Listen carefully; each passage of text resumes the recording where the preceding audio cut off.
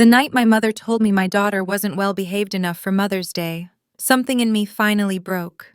My name is Isabella Martin, and I'd spent my whole life paying for other people's comfort until that night at Cedar Ridge Country Club, when every card declined and every secret cracked open under fluorescent light. In a small Ohio town built on image, I learned what love costs when you stop financing it. Like, share, comment, and subscribe to our channel. We always appreciate the time you spent here with us. The first warm wind of May carried the smell of cut grass and diesel across Riverbend's farmers market. Magnolia petals clung to the cracked sidewalks like wet paper. Ruby's hand was small in mine, her lavender sketchbook tucked under her arm, as she darted between stalls begging for a honey stick. I gave her 2 quarters and watched her smile, as if the world was still kind. I liked pretending it was. Around here, pretense was oxygen. My name is Isabella Martin. I'm 28, a freelance marketer, a single guardian, and the quiet financial engine of a family that mistakes silence for gratitude. Riverbend looks peaceful from the outside. White clapboard homes, the old steel bridge arching over the Little Miami River church bells that still call people to service on Sundays. But I've learned small towns have their own economy of image. Respectability here isn't earned, it's performed. My mother Linda performs it best. She's the kind of woman who sends pies to funerals she doesn't attend. My father Charles Chaz to his golf buddies floats between conversations polite as wallpaper. My brother Nathan can sell you any dream that fits on a business card. He's opened 3 startups in 2 years and crashed all of them. Each time he says, "Just a cash flow hiccup," and Mom tells everyone I helped him because that's what family does. I used to believe that until my sister died and left me her daughter Ruby. 7 years old now, quiet and serious, she draws trees with roots that stretch wider than the branches. Maybe she knows what it means to need grounding. Since her mother's funeral, I've been the only one making sure bills got paid. Groceries appeared and she had shoes that fit. My mother calls it helping out. I call it survival. We passed the church square where banners flapped for the upcoming Mother's Day honorees brunch at Cedar Ridge Country Club. It's the same event my mother chaired for the last decade, a parade of corsages, mimosa towers, and well-practiced speeches about devotion. She was already in her element, telling every vendor within earshot that she'd secured sponsorships, which meant, of course, that I'd foot the bill. It's tradition, she said, as though tradition was a line item in my budget. When Ruby tugged my sleeve, I knelt. "Will you be in the brunch too, Aunt Izzy?" she asked. "You take care of me like a mom." I brushed a curl off her forehead and smiled. "We'll see." Inside, a tightness coiled in my chest. My mother hated when people confused my guardianship with motherhood. It blurred the hierarchy she worshipped. By noon, the air thickened with humidity and fried dough. My phone buzzed as we reached the car. A text from Mom. "We're celebrating Mother's Day with just the well-behaved kids this year. You can skip." For a moment, the world blurred. Ruby was humming to herself, tracing a doodle on the fogged window. Then she froze. "Well-behaved?" she asked softly. Did I do something bad? The question gutted me. She'd overheard. I forced my voice steady. "No, sweetheart, you're perfect." But she turned away, small shoulders shaking. That's when the decision crystallized, not in anger, but in clarity. If you punish my child to hurt me, you lose access. When we got home, I set her up with her colored pencils and walked into the kitchen. The old house smelled faintly of lemon polish and coffee grounds. I sat at the table and opened my laptop. My fingers trembled only once before I started typing. I logged into my banking app, scanning the list of linked cards Mom, Dad, Nathan each authorized to handle minor family expenses. I removed them one by one. The system confirmed access revoked. I canceled every auto payment tied to family addresses, froze the reimbursement account they used for brunches and gifts. Then I emailed Denise Park, my branch manager at Riverbend Bank.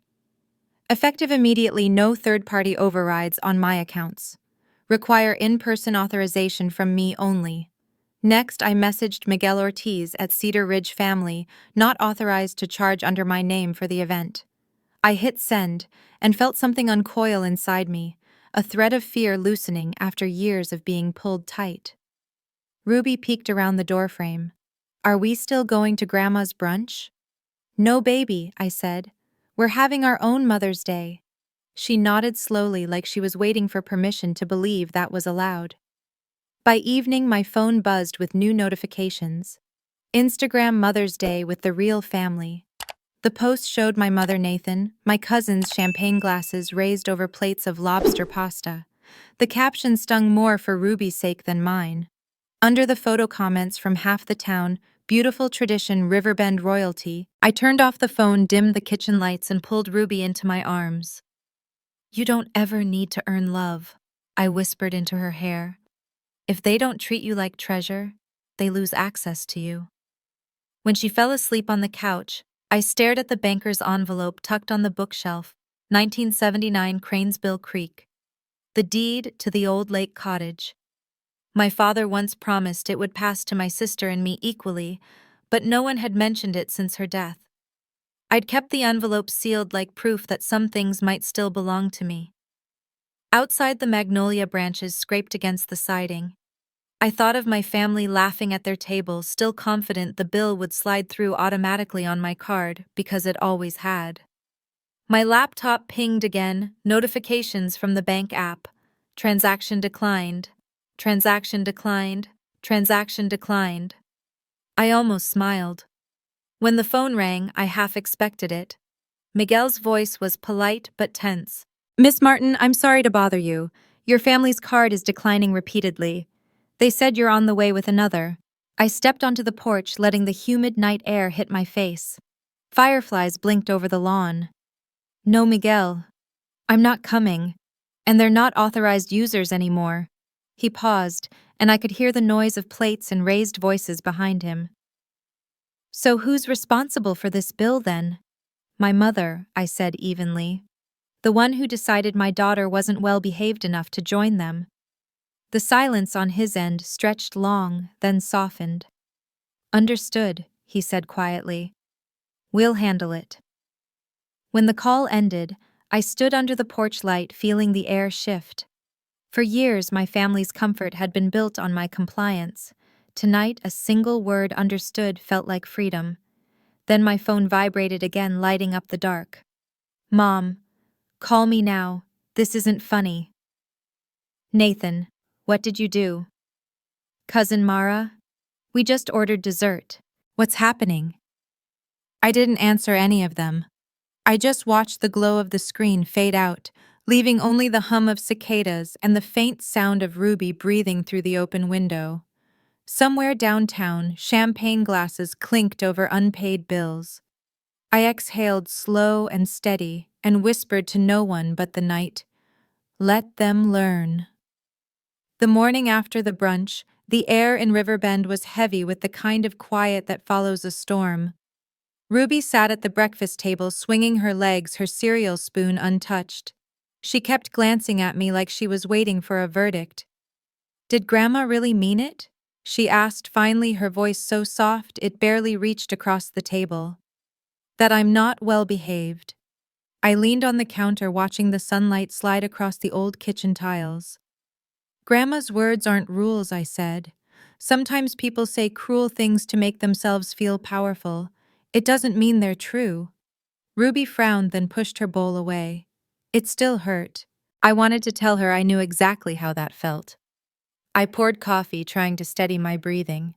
The phone buzzed nonstop on the counter, family group chat lighting up like fireworks. Mom's messages stacked one after another, each one more frantic than the last. "What did you do?" "The card is frozen. Fix this right now, Isabella." The final one stung most. "You are humiliating this family." I stared at the words until they blurred. They thought humiliation was a public bill, not a private wound. That morning, I made my first choice with absolute clarity. This wasn't punishment, it was protection. If you punish my child to hurt me, you lose access. I texted Mom back a single word. Understood. Then I powered off the phone and opened my laptop. My banking dashboard glowed blue against the dim kitchen. The account summaries looked sterile, almost innocent, but I saw every place they'd drawn from me. Monthly transfers labeled gift or emergency gas cards under Nathan's name, the family phone plan that somehow ballooned every quarter. It wasn't just money. It was proof of the pattern how easily love became leverage.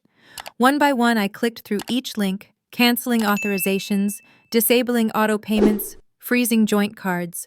Every confirmation chime felt like a lock clicking shut. I wrote an email to Denise Park at Riverbend Bank. Effective, immediately revoke all third-party access to my accounts. No transactions without my in-person approval. Then I called to confirm, hearing her measured voice on the other end. "You're doing the right thing," she said quietly. "We've seen families drain people dry." I thanked her, though the words felt heavy. Right thing didn't mean easy thing. Next, I opened another tab, Cedar Ridge Country Club. I found the general manager's email, Miguel Ortiz, and typed a message before I could lose nerve. "Please note that my family is no longer authorized to charge any expenses to my account. All future transactions require direct approval." I reread it twice before hitting send. It wasn't revenge. It was a boundary written in black and white. When I turned around, Ruby was standing by the doorway, her sketchbook clutched against her chest. "Are we in trouble?" she asked. I crouched to meet her eyes. "No, sweetheart. We're safe." She nodded, but her lip trembled. "I don't want Grandma to hate me." I felt something inside me fracture. "You can't control what other people feel," I said softly. "But you can decide what you'll accept. You and me, we accept respect. Nothing less." We spent the afternoon cleaning the porch. It was something to do with our hands, something that didn't cost anything. The neighbor, Mrs. Halpern, waved from across the street. "Your mother's brunch looked lovely online," she called. I smiled, polite but hollow. I'm sure it did. Around here, image traveled faster than truth. By late afternoon, my phone began vibrating again, non-stop calls from unknown numbers, messages from cousins I hadn't heard from in months. I ignored them all until one call slipped through. Miguel Ortiz. His tone was tight, rehearsed. "Miss Martin, sorry to bother you. Your family's card is declining repeatedly. They claim you're on the way with another." I stepped onto the porch, letting the warm air steady me. "No, Miguel," I said. "I'm not coming. They're not authorized users anymore." There was a pause long enough to hear the muffled chaos behind him. Chairs scraping, someone raising their voice. "Then who's responsible for this bill?" "My mother," I replied. "The one who said my daughter wasn't well behaved enough to attend." Miguel inhaled sharply. "Understood," he said, his voice lowering.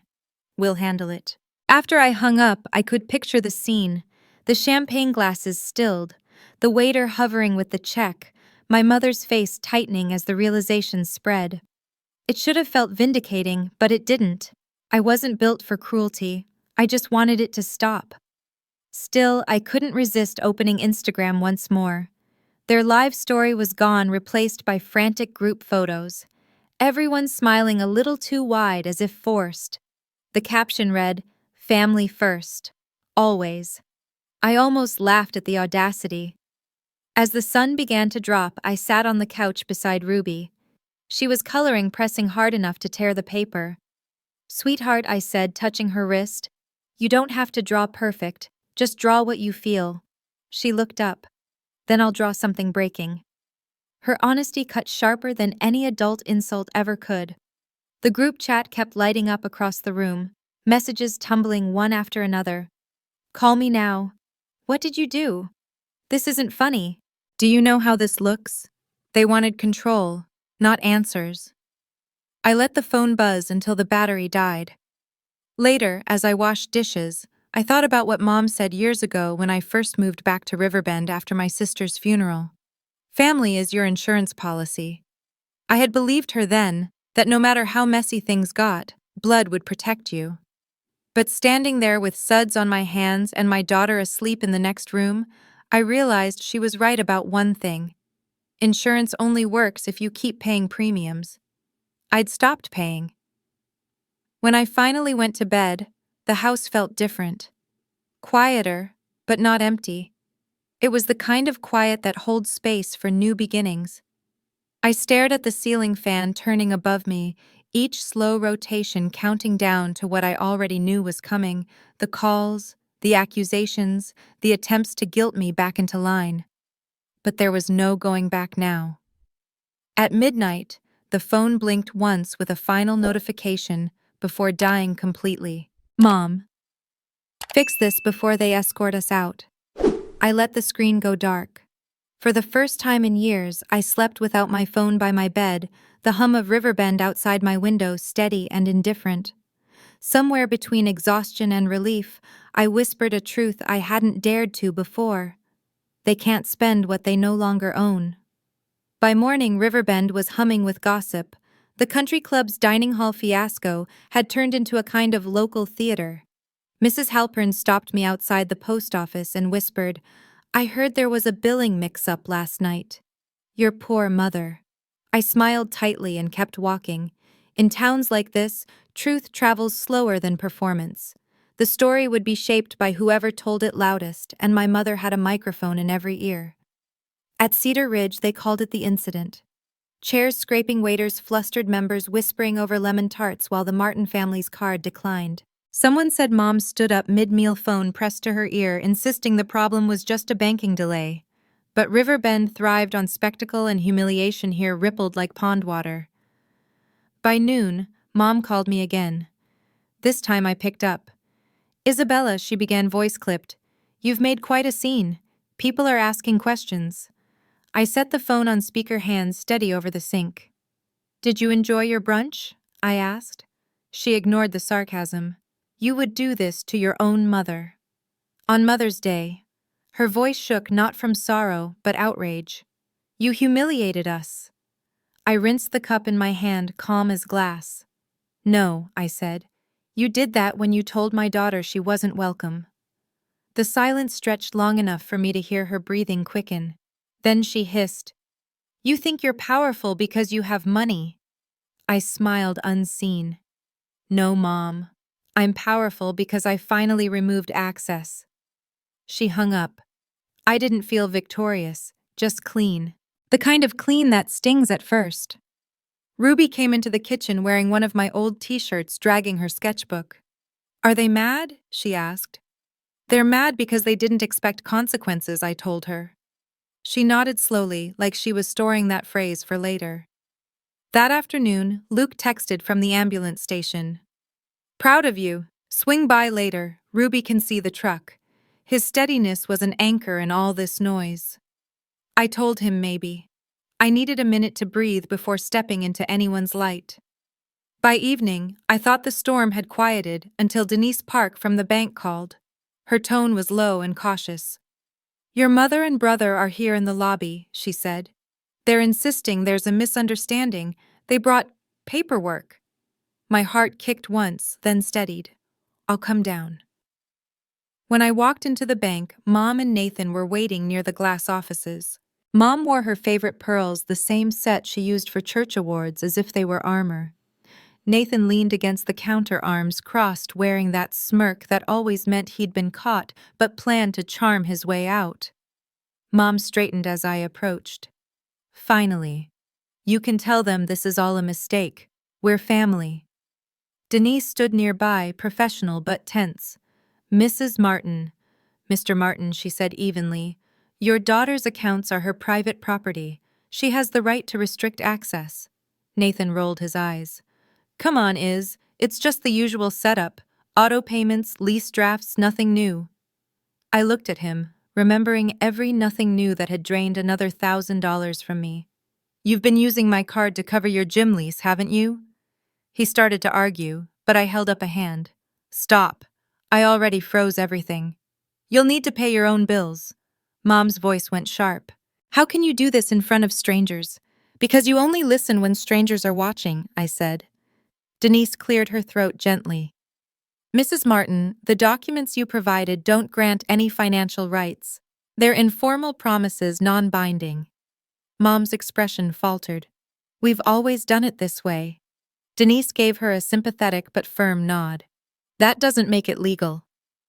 When they left, I sat in Denise's office, the adrenaline wearing off. You did the right thing, she said softly, but I'd advise reviewing any open accounts tied to family names. People don't like losing access. I thanked her, then walked out into the afternoon heat. The cicadas were already screaming in the trees. Back home, Ruby was drawing on the porch again. This time it wasn't butterflies or flowers, it was a tiny figure standing alone, surrounded by taller shapes with no faces. Is that you? I asked. She shook her head. It's us. We're smaller, but we're real. I swallowed hard. That's beautiful, I said, though the ache in my chest felt anything but. Around 6, my phone buzzed again. Luke. Dinner break. Want to meet? I almost said yes, but another notification flashed beneath his message. A post from the town's social page. A photo of Mom at the church steps, handing a check to Pastor Cole. The caption read, Linda Martin leads fundraising for the Heritage Gala, graciously supported by her daughter Isabella. My stomach turned. I hadn't donated a dime. The whole town would assume I was bankrolling another event I didn't approve. My mother's greatest skill was redirecting shame. When the truth cornered her, she changed the audience. I sat back in the porch chair, the wood creaking under me. The sky over Riverbend was turning gold, soft and deceptive. I could already see how this would play out. She'd rewrite the story before I had a chance to tell it. Ruby yawned beside me, curling into the chair. Are they done being mad? She murmured. Not yet, I said. But we're still okay. I tucked the quilt around her shoulders, watching the fireflies spark over the yard. Later that night, Luke dropped by unannounced, still in uniform, smelling faintly of smoke and cedar. He leaned on the porch rail. You look like someone who's been through a war, he said gently. It's just family, I answered. Same thing. He gave a quiet laugh, then reached into his pocket. Ruby left this at the station. He handed me her sketchbook, a butterfly half-colored on the page. I ran my thumb over the wings. She keeps drawing them, trying to escape cocoons. Maybe she's watching you do it, he said. After he left, I sat in the dark a while, the town settling into its usual rhythm. Distant traffic, a dog-barking wind moving through the magnolias. I could feel the next wave forming. People like my mother never lost power quietly. They made noise until someone handed it back. My phone vibrated once more, lighting up with a new message from Denise. Your family's trying to reinstate access. I told them no, just a heads up. I turned off the phone and looked toward the river. The reflection of the streetlights shimmered on the water, like a line drawn between who I was and who I refused to be again. For the first time in years, I didn't rush to smooth things over. I let the distance stand. The night air smelled like rain and freedom. The next morning started with thunder and an email from Denise. The subject line read, Urgent family attempting authorization. I hadn't even finished my coffee when my phone rang. They're back, she said, voice low. Your mother and brother arrived again, this time with what they're calling supporting documentation. I felt my pulse spike but forced my tone steady. What kind of letter of intent you wrote 9 months ago? Says you'd support family emergencies as needed. They think it's binding. I almost laughed. It was an old note I'd drafted after Nathan's first gym collapsed, a promise I'd meant emotionally, not legally. I'm on my way, I said. When I entered the bank lobby, the storm outside had moved indoors. Mom stood at the counter, pearls glinting under fluorescent light, her hand gripping a sheaf of papers. Nathan paced, pretending confidence, but sweating through his shirt. The moment she saw me, Mom's voice turned theatrical. There she is, the daughter who sues her own blood. No one's suing anyone, I said quietly. But she cut me off, waving the paper like a flag. This proves you agreed to help. You can't just take it back because you're angry. Denise stepped between us. Her professionalism a fragile wall. Mrs. Martin, these documents aren't enforceable. They're informal, not notarized. Nathan leaned on the counter. You always wanted to control everyone is. You hide behind rules to feel important. I looked him in the eye. No, I just learned that love doesn't mean giving you my debit card. He scoffed, but there was panic in it. Denise cleared her throat. Miss Martin, can we talk privately? In her office, she shut the door and dropped her voice. Your family also brought up something else, the old lake cottage at Cranesbill Creek.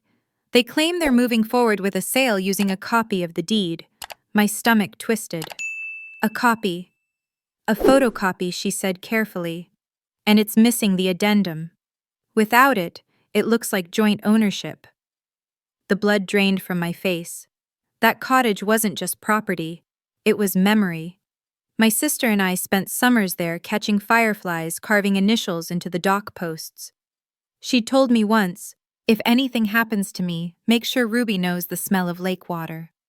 I thanked Denise and walked out into the rain. My hands shook as I dialed a number I'd saved months ago for emergencies, Sonia Greer, attorney at law.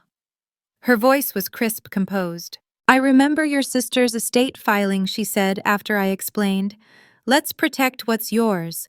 I can file 3 things today: a revocation of all informal authorizations, a temporary injunction blocking any property transfer, and a do not charge notice with vendors using your name.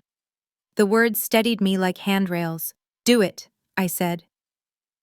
Back home, Ruby sat on the floor drawing while thunder rolled over the roof. I told her we were taking a small trip soon to visit the lake. She looked up curious. Will Grandma be there? Not this time, I said. Just us. She nodded and went back to coloring, pressing the crayon hard until the page almost tore. By late afternoon, I was drafting a list of vendors my family had abused over the years: the florist, the caterer, the dry cleaner who once billed me for Nathan's tux. I called each one personally, calm but firm, revoking authorization. Most were polite, some embarrassed. They said you approved it, the florist admitted. Not anymore, I replied. At 4 o'clock, my phone vibrated with a FaceTime request. Aunt Patrice's name flashed on the screen. I hadn't heard from her in nearly a decade, not since she'd moved to Florida to escape the drama. Against my better judgment, I answered. Her face filled the screen, tanned and painted lips pursed. Sweetheart, what on earth are you doing to your mother? She's distraught. Says you froze her cards and embarrassed her at the club. I kept my tone measured. Did she tell you why? Because you're angry, she said. Families fight, but you don't air it publicly. Did she tell you she told my daughter she wasn't well behaved enough to come? Silence. Did she tell you she spent money I earned and hid it under my name? Another pause, heavier. No, she didn't mention that. Of course not, I said. She never includes context, only control. Patrice's expression softened, but I could see she was already retreating to comfort. You've changed, she murmured. That's the point, I said, and ended the call. The rain had eased by dusk. I walked to the bookshelf where the old banker's envelope sat, 1979, Cranesbill Creek.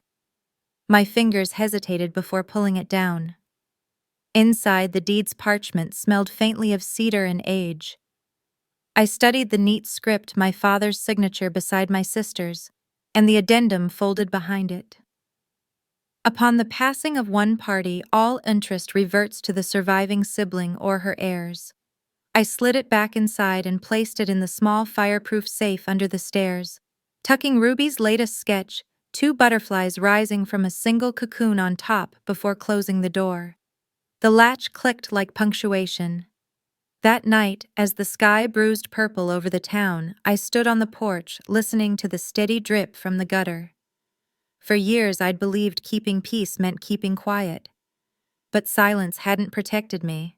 It had only given everyone else room to grow louder. I poured a cup of tea and opened my laptop to an email from Sonia. Filings accepted. Court acknowledgement expected within 24 hours. We'll need copies of your sister's will and the deed. I'll send a courier first thing in the morning. Relief came slow like breath after drowning. At 8, my phone buzzed again. Pastor Cole's name appeared. I debated ignoring it, but curiosity won. Evening, Pastor, I said. Evening, Isabella. Your mother came by earlier. She said you withdrew funding for the Heritage Gala. The committee's concerned. We were counting on your contribution for the Veterans Memorial restoration. I gripped the railing. I never committed to sponsor it, I said. My mother did without asking. He cleared his throat. Well, people are expecting your presence and your support. It's tradition. I almost laughed at that word again. Tradition, I repeated. Tell them I'm not attending, but the Veterans Memorial will still get what it needs, just not through her account. He sounded relieved and confused at once. That's generous of you, but it might stir tension. There's already tension, I said. I'm just redirecting it into daylight. After I hung up, lightning flickered over the hills, brief and electric. In the distance, I imagined my mother at her kitchen island, rehearsing her next narrative, turning every consequence into a martyr story. She'd never stop trying to bend the truth into something flattering. But for the first time, I had proof allies and paperwork stronger than guilt. Paper shields, Sonia called them. Not glamorous, not loud, but solid. When I finally climbed into bed, the rain started again, tapping soft against the window pane like a reminder. I thought about the cottage, about my sister's laugh, echoing off the dock, about the promise that Ruby would one day know that same quiet. I'm coming for it, I whispered into the dark. I'm coming for everything that was supposed to be ours. By morning, the town had decided what my silence meant. It meant guilt. It meant I was petty, withholding small. The Heritage Gala posters bloomed on every bulletin board, vintage script over a photograph of the Veterans Memorial, its stone names dull under a broken park light. The caption read, "Restore what we owe." Underneath, someone had added by hand, "Thanks to the Martin women." The lie bent like heat over asphalt. I hadn't promised anything. My mother had promised me. If I rescinded, I'd be the villain who let the memorial crumble and kept kids walking home in the dark. If I paid, I'd be back beneath her thumb, the reliable plumbing under a house that was never mine. The choice was a trap disguised as civic duty. I made coffee and stared at the steam until it vanished. Then I opened my laptop and chose a third door. I called City Parks. This is Isabella Martin. I'd like to make a donation earmarked directly to the municipal account for two things only: restoration of the Veterans Memorial and repair of the park lights. I won't route it through the gala committee. The receptionist put me through to the director, a woman named Teresa Alvarez, who sounded tired and honest. Ms. Martin, that would change everything, she said. Transparency means the money goes where it's supposed to. Good, I said. Send me the account details and a letter acknowledging purpose restrictions. Publish it. She hesitated. The committee may push back. They can throw a party, I said. The lights will still turn on. When we hung up, I felt the tug in my chest loosen a notch. Accountability over patronage. Money as a tool, not a leash. An hour later, I wired the funds with a memo line so clear even rumor couldn't smudge it. Veterans Memorial stone cleaning and lead replacement, no discretionary use. I forwarded the confirmation to Pastor Cole and the city clerk and copied Teresa. Then I shut the laptop and waited for the blowback. It didn't take long. Mom called, her voice bright with syrup. Darling, I heard you made a donation. How thoughtful. Next time let the committee manage the optics. No, I said. Optics are your religion, not mine. She exhaled hard. You've embarrassed me again. I funded the memorial, I said. If you're embarrassed by light, that's on you. I hung up before she could pivot to tears. 15 minutes later, Sonia called, her voice clipped like she was walking quickly. Isabella, I've been digging through your credit inquiries while prepping the injunction filings. We found something ugly. I leaned against the sink. How ugly? Your brother opened a vendor credit line last quarter using your social security number as guarantor. He listed a fake consent email. The account's under his gym's LLC. The tile floor swayed once under my feet, then steadied. Fraud. Yes, she said. Documented. It's felony exposure depending on amount. I pressed my palm flat to the counter to feel something solid. How much? 18,000 approved. 13 used, she said. There are pending charges. Heat climbed the back of my neck. All those times I'd covered his mistakes, telling myself it was kindness. It had been hush money, and I'd been paying to keep the fantasy of family alive. File whatever freezes it, I said, and schedule the ex parte hearing for the cottage. Already done, she said. We're on the docket tomorrow morning for a temporary restraining order. Also, Denise flagged withdrawals from a joint rainy day account your mother opened years ago. Your deposits her signatures. How much? About 9,000 over the last 2 months, she said. We'll add it to the pattern. I closed my eyes and felt the years stacked babysitting money borrowed for church decorations. My college refund check redirected to Nathan's truck the casual way Mom said you'll get it back, as if time reimburses interest. We had built a life where my generosity kept their stories standing. The stories were rotten. The house creaked. I called Luke. He picked up on the first ring, sirens fading in his background. Tell me. I told him everything. The vendor line, the fake consent, the withdrawals my mother signed with the steadiness of habit. He didn't swear. He didn't tell me to calm down. He just said press charges. He's my brother. He's a thief, Luke said, gentle like a pressure bandage. If you don't set a legal line, you'll keep bleeding and call it love. I stared at the magnolia tree outside the window, its blossoms browning at the edges. If I push this, I might blow up what's left. There's nothing left, he said. There's just you and Ruby and the truth. We were quiet a moment, letting the words find their places. Come by the station after school, he added. We'll show Ruby the truck. Let her climb up where the siren lives. Give her a good memory today. Okay, I said, my voice not quite steady. After we hung up, I sat at the table and wrote a sentence on a scrap of paper. I won't keep paying hush money for other people's choices. I slid it under the magnet on the fridge like a contract with myself. While Ruby was at school, I gathered documents. My sister's will, the original deed with the addendum bank statements, with my mother's tidy withdrawals circled in red. I made a spreadsheet of every vendor who'd ever been told put it on Isabella's tab. I wasn't compiling ammunition, I was building a map out of a maze. Sonia texted confirmation of the hearing time. Denise emailed a PDF of the suspicious account activity. Teresa from Park sent a scanned letter on city letterhead acknowledging receipt of my restricted donation and noting repairs would start next week. I printed that too. Proof against spin. Just after 3, a new kind of silence filled the house, the waiting kind. Then the doorbell rang. Through the glass, I saw a courier in a blue windbreaker holding a flat envelope. Ms. Martin, he asked. I signed. The envelope was heavy stock, my mother's lawyer's firm embossed in gold. I stood in the hallway with the magnolia shadows moving across the floor and slit the flap with my thumb. The letter used careful words to parrot ugly ones. It accused me of financial abuse of my family, of coercive control via money, of public humiliation designed to alienate affections. It demanded immediate restoration of access, repayment of funds deprived, and an apology to the gala committee. The last page announced almost casually that the Cranesbill Creek cottage would close in 48 hours. My breath left in a single sound. They were going to try to beat the injunction to the finish line. I checked the timestamp. The letter had been drafted yesterday before Sonia filed. They were counting on speed and shame, the two engines that had always driven me back to compliance. Not this time.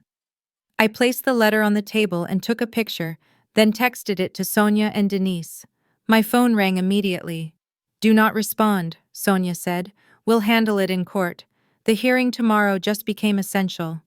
They set a closing in 48 hours, I said. Then we stop it in 24, she replied. After we hung up, I looked at the clock, then at Ruby's crayon drawing of 2 butterflies pinned above my desk. The house was quiet, the kind of quiet that comes before a siren or a verdict. Outside, the sky had sharpened to a bright, pitiless blue. I picked up my keys. 48 hours, they'd written in ink. I whispered it once so it couldn't turn into fear. 48. Then I locked the door behind me and stepped into the heat, already moving toward the fight I'd spent a lifetime avoiding. The courthouse in downtown Riverbend smelled like rain and disinfectant. The floors were polished to a shine so bright I could see my reflection pale and taut around the eyes. Sonia met me by the elevator files tucked under her arm umbrella dripping on the tile. "We're first on the docket," she said. "Judge Pierce doesn't like theatrics, so keep your answers clean." I nodded, trying to swallow the hum of nerves in my throat. Outside the courtroom door, I could hear my mother's voice rising and falling, that performative quiver she used when she wanted sympathy. Nathan stood beside her, jaw tight, adjusting his tie as if the right knot could make him look innocent. My father lingered near the bench, pretending not to hear.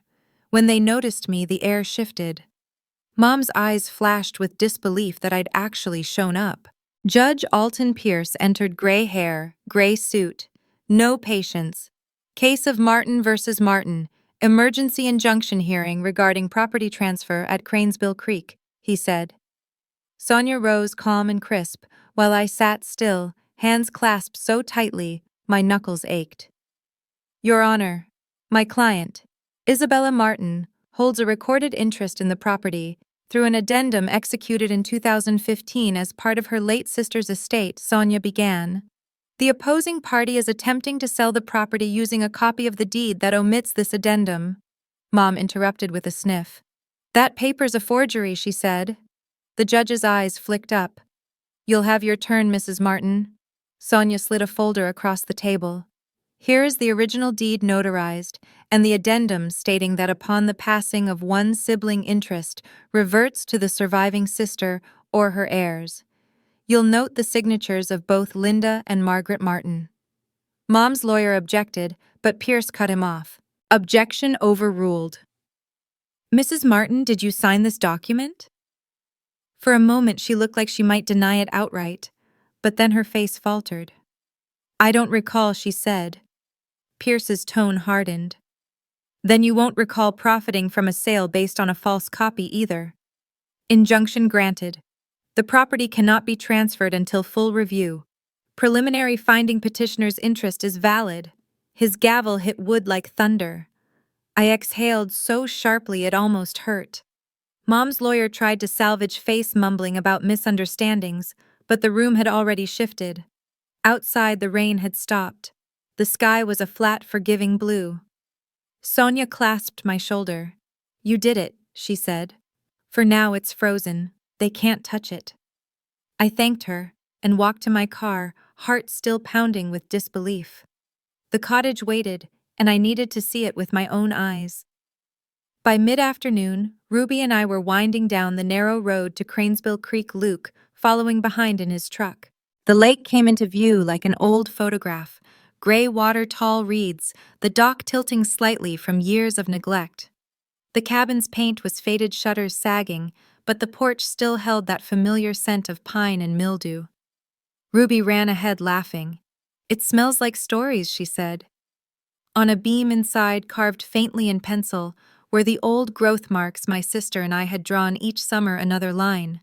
The last one read, "For Ruby, a safe place." I touched the words, feeling them steady me more than any court order could. Luke leaned in the doorway, watching quietly. "This was worth it," he said. I nodded. "Now it's protected. For her." As evening came, the town's attention shifted to the Heritage Gala. I wasn't invited, but Riverbend's gossip network didn't require attendance. My phone buzzed with notifications, photos of sequined dresses, speeches, champagne fountains. Yet across town, something else was happening. Teresa Alvarez had followed through. The Veterans Memorial lights flicked on at sunset, clean and white, the carved names gleaming again for the first time in years. Kids ran through the park, chasing each other under the new glow. It wasn't a gala, but it was better. Luke and Ruby and I walked there after dinner, the air cool and electric. The crowd cheered as the last light blinked on.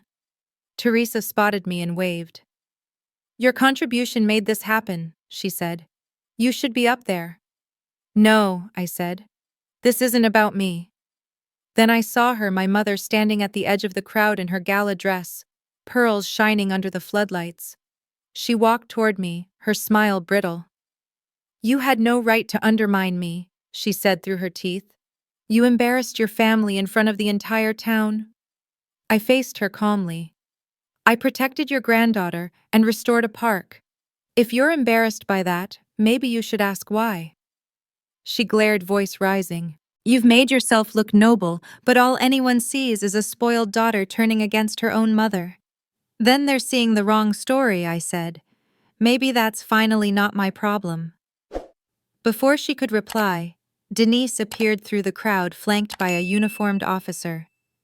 Isabella, she said we found something else. The gym's vendor line was verified as forged consent. We needed to confirm before the police department files. Nathan followed behind her, his face drained of color. Izzy, please, he started. It was just a business oversight. A felony oversight, Denise corrected. My father stepped forward, voice shaky. We can settle this privately. The officer looked at me. Do you want to press charges?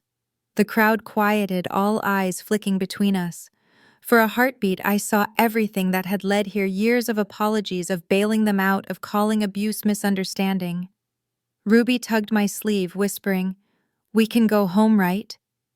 I looked at the officer. Yes, I said. Press charges. Nathan's mouth opened, then closed. My mother gasped like the air had betrayed her. Luke slipped his arm around Ruby's shoulders. The officer nodded and turned to Nathan. You'll need to come with me, sir. It wasn't loud, no shouting or handcuffs, just the heavy stillness of a man realizing the story had finally flipped. My father tried to speak again, but his voice cracked. We did this, he whispered almost to himself. For the first time, he wasn't defending anyone. As they led Nathan away, my mother swayed, mascara streaking down her cheeks. You'll regret this, she said, voice hoarse. I met her eyes. Maybe. But I'll never forget it. When the car pulled out of the park, the lights reflected off the wet pavement like new constellations. The murmurs of the crowd faded into applause, not for me, but for the lights that now stayed on. I took Ruby's hand, the noise behind us, turning to a hum. Luke squeezed my shoulder gently. You ended it, he said. I watched the last patrol car disappear down Main Street. No, I said. I just stopped pretending it wasn't broken. The air smelled of rain again, clean and cold. Above the memorial, the flag stirred in the wind, its fabric catching the light. For the first time, the brightness didn't hurt my eyes. It felt like clarity. The next morning smelled like ash and salt, the kind of air that follows a storm but doesn't promise calm. I woke to the sound of my phone buzzing against the nightstand. Sonia's text appeared first. Nathan is in custody pending arraignment. You'll need to state whether you want full prosecution or diversion. I stared at the screen for a long moment before replying. Diversion with restitution. I'm not here to destroy him, just stop him. My thumb lingered over send before I finally tapped it. There was relief in the decision, but also a hollow ache that no verdict could fill. Justice, it turned out, wasn't clean. It was just necessary. By noon, Sonia met me at the courthouse cafe to finalize what she called the framework of closure. She spread the papers between our coffee cups, an outline for restitution, a family access agreement, and a trespass notice that barred my mother from my financial institutions and the cottage for 90 days. This makes it enforceable, she said, her pen tapping the margin. If they cross the line again, the response is automatic. I nodded, feeling the weight of structure replace the old weight of chaos. And the gym credit line, I asked. Frozen. The vendor withdrew their complaint after your signature confirmed the forgery, she said. Nathan's in diversion. 6 months of financial ethics classes, repayment of every dollar, and community service. I almost laughed. Community service. Maybe he'll finally learn what it means to serve someone besides himself. That evening, Pastor Cole called. His voice carried the tremor of a man trying to walk back judgment. Isabella. I owe you an apology, he said. Your mother's story reached me before yours, and I accepted it too easily. I should have known better. You know now, I said. The park lights were beautiful. Thank you for making sure they came on. He hesitated. Would you speak at next month's town meeting about transparent giving? People need to hear how you did this the right way. I thought of how the town had whispered when I refused to fund the gala, how quickly they'd sided with polish over truth. Yes, I said finally. If it helps someone else say no before they drown, I'll do it. Later, Luke met me at the park. The repaired lights glowed steady against the dusk. He crouched by a kid who'd skinned his knee on the sidewalk, cleaning it gently with a gauze pad from his paramedic kit. I watched him tease the boy into laughter, his quiet competence a balm against the noise of the past weeks. When the child ran back to his friends, Luke straightened and leaned against the bench beside me. You didn't destroy your family, he said. You just stopped letting them use you as plumbing. The words startled a laugh out of me, low and real. That's what Sonia said too, I told him. Then she's a smart woman, he replied. The streetlight above us flickered once before settling. So what now, he asked. Now, I said, I figure out what peace looks like when it's not borrowed. In the following days, I started tying loose ends. I visited Cedar Ridge quietly one afternoon, asking for the kitchen staff who'd worked the Mother's Day brunch. The manager looked wary until I explained. I just want to settle my part, I said. They shouldn't have been caught in the crossfire. I handed each worker an envelope with a small bonus and a note for patience on a difficult night. One woman blinked back tears. No one ever thanks the staff, she said. I smiled. They should. Back home, I opened a small trust account in Ruby's name for her future and set aside a portion of my earnings for the community art program at her school. When I met with the principal, she suggested naming it after my sister. I agreed, but with an addition. Call it the Creative Resilience Fund, I said. For kids who draw through storms. Ruby's butterfly sketch hung on the fridge that week, wings colored in bright violet now. 2 days later, my father called for the first time since the park. His voice was thinner than I remembered. Your mother's staying with your aunt for a while, he said. The press from the hearing rattled her. She rattled herself, I said. He didn't argue. Nathan's ashamed, he added. He says he'll pay you back. He will, I said, because the court will make sure of it. There was a pause before he asked almost shyly, Would you meet me by the river this evening? No lawyers, just to talk. I almost refused, but something in his tone stopped me. When I arrived, he was sitting on the bench near the bridge, a paper cup of coffee in his hands. The water shimmered below us, carrying bits of light from the setting sun. I should have stopped her, he said quietly. Your mother, your brother, the way they leaned on you. I looked away because it was easier. I said nothing, letting him find his own words. I signed a statement today, he continued, supporting your addendum and Nathan's restitution plan. It's not forgiveness, but it's what I can do. He looked older than I'd ever seen him, and for the first time I saw a man, not a father, someone equally flawed and frightened. Thank you, I said. That's enough. Back home, I checked my email. Sonia had sent the finalized family access agreement. Every clause was a boundary turned legal, no financial contact, no joint accounts, no implied debts. She'd added a line at the bottom, bold and simple, signed in the interest of preserving peace through distance. I scrolled to the signature line and typed my name. When the digital stamp appeared, something inside me unclenched. As I was shutting down the laptop, the phone rang again. Sonia. One more thing, she said. Judge Pierce wants to finalize the title ruling in the morning. Your mother filed a last-minute affidavit claiming you manipulated your sister while she was dying. He's requesting your presence. My chest tightened. Of course she did, I muttered. We'll handle it, Sonia said. Just bring the hospice notes and the voicemail your sister left. We'll end it cleanly. After we hung up, I walked to the window. The street was quiet, the magnolias swaying under the lamplight. I thought about all the years I'd spent keeping peace by bending how each compromise had carved another hollow in me. Those hollows were full now, not with bitterness but with resolve. The law could close doors, but I had to learn how to live with them closed. In bed, Ruby stirred beside me, mumbling in her sleep. I brushed a curl from her cheek and whispered, "We're safe, sweetheart." Her breathing evened out again.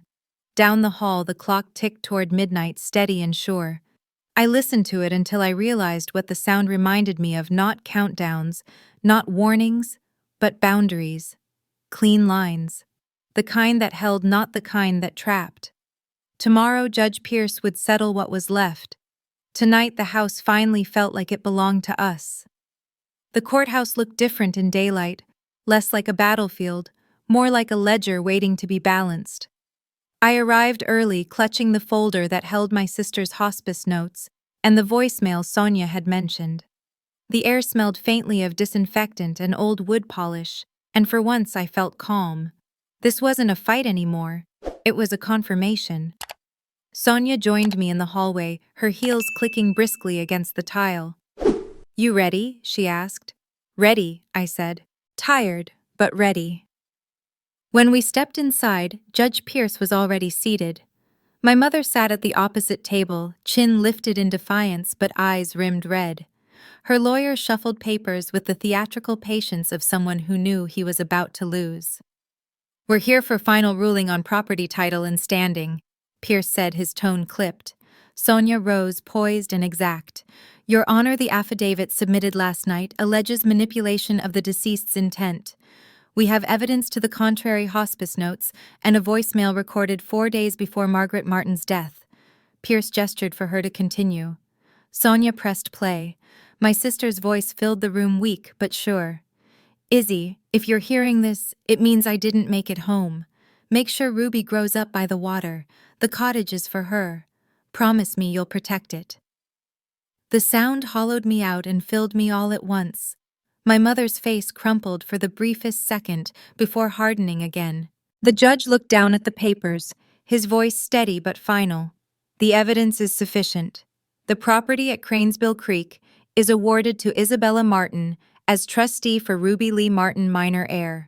All prior claims are dismissed. Mrs. Linda Martin, you are ordered to cease any interference with the estate or its management." The gavel struck once. The echo felt like a lifetime folding shut. When it was over, my mother rose stiffly. Her lawyer whispered something, but she waved him off. "You think this makes you noble?" she said, her voice raw. "You tore this family apart." I met her eyes, calm. "No, Mom. I just stopped letting you use me to hold it together." She opened her mouth again, but whatever words she wanted to throw died there. She turned and walked out, pearls rattling like loose change. By afternoon, the formal agreements were signed. Sonia handed me a copy of the finalized family access agreement and a crisp envelope with the deed. "It's yours now," she said. "As trustee, you're in control until Ruby's 18. For the first time in years, I didn't feel the weight of responsibility as a burden. It felt like purpose. "Thank you," I said, "for helping me get here." She smiled. "You helped yourself. I just translated it into paperwork." That evening, the cottage at Cranesbill Creek looked reborn under the gold light of sunset. Luke was already there, flipping burgers on an old grill that wheezed smoke but still worked. A couple of neighbors had wandered over with folding chairs and potato salad, curious but kind. Ruby darted across the yard barefoot, chasing dragonflies. The lake shimmered in the distance, soft ripples breaking the surface like quiet applause. We'd spent the afternoon painting the front door lavender, the color she'd chosen. "It matches my sketchbook," she'd said, holding up the old one she'd carried since that first awful Mother's Day. The smell of fresh paint and charcoal from the grill mixed into something almost sacred, ordinary happiness unperformed. After dinner, the neighbors drifted home, leaving the three of us under the new porch light.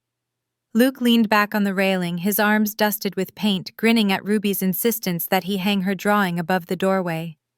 She taped it carefully inside the small fire safe, too, the same butterfly that had followed us through every chapter. "Now it's part of the house," she said proudly.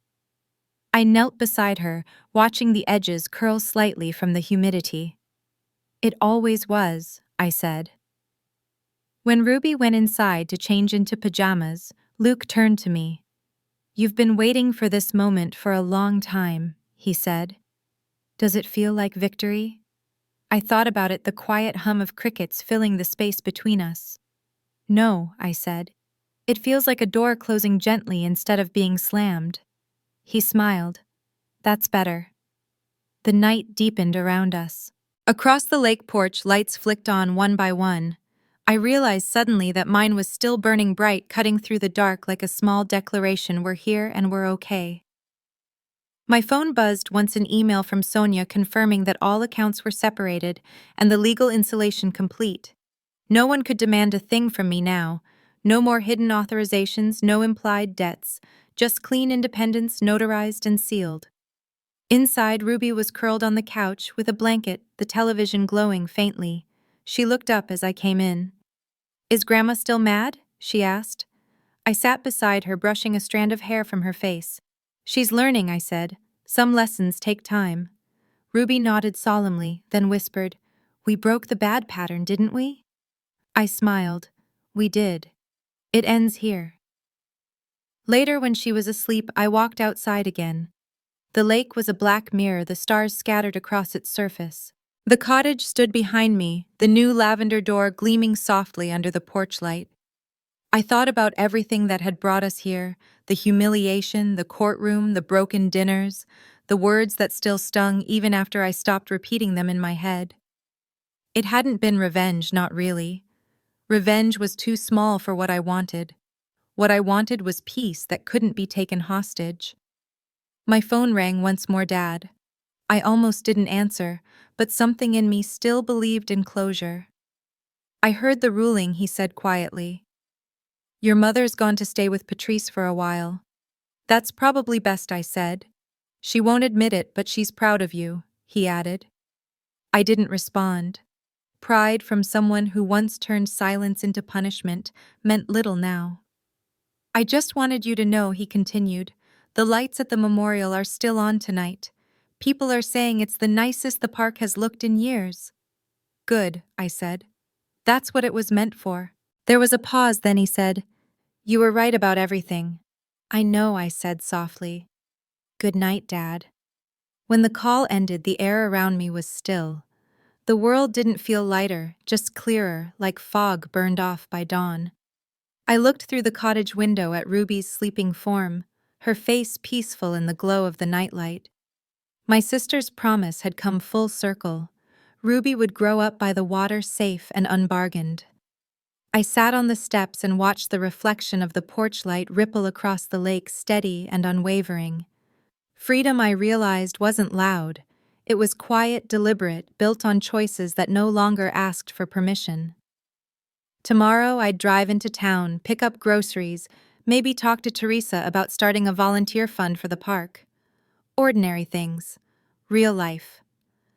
The clock on my phone blinked past midnight. I stood, turned toward the house, and caught the lavender door glowing faintly under the bulb.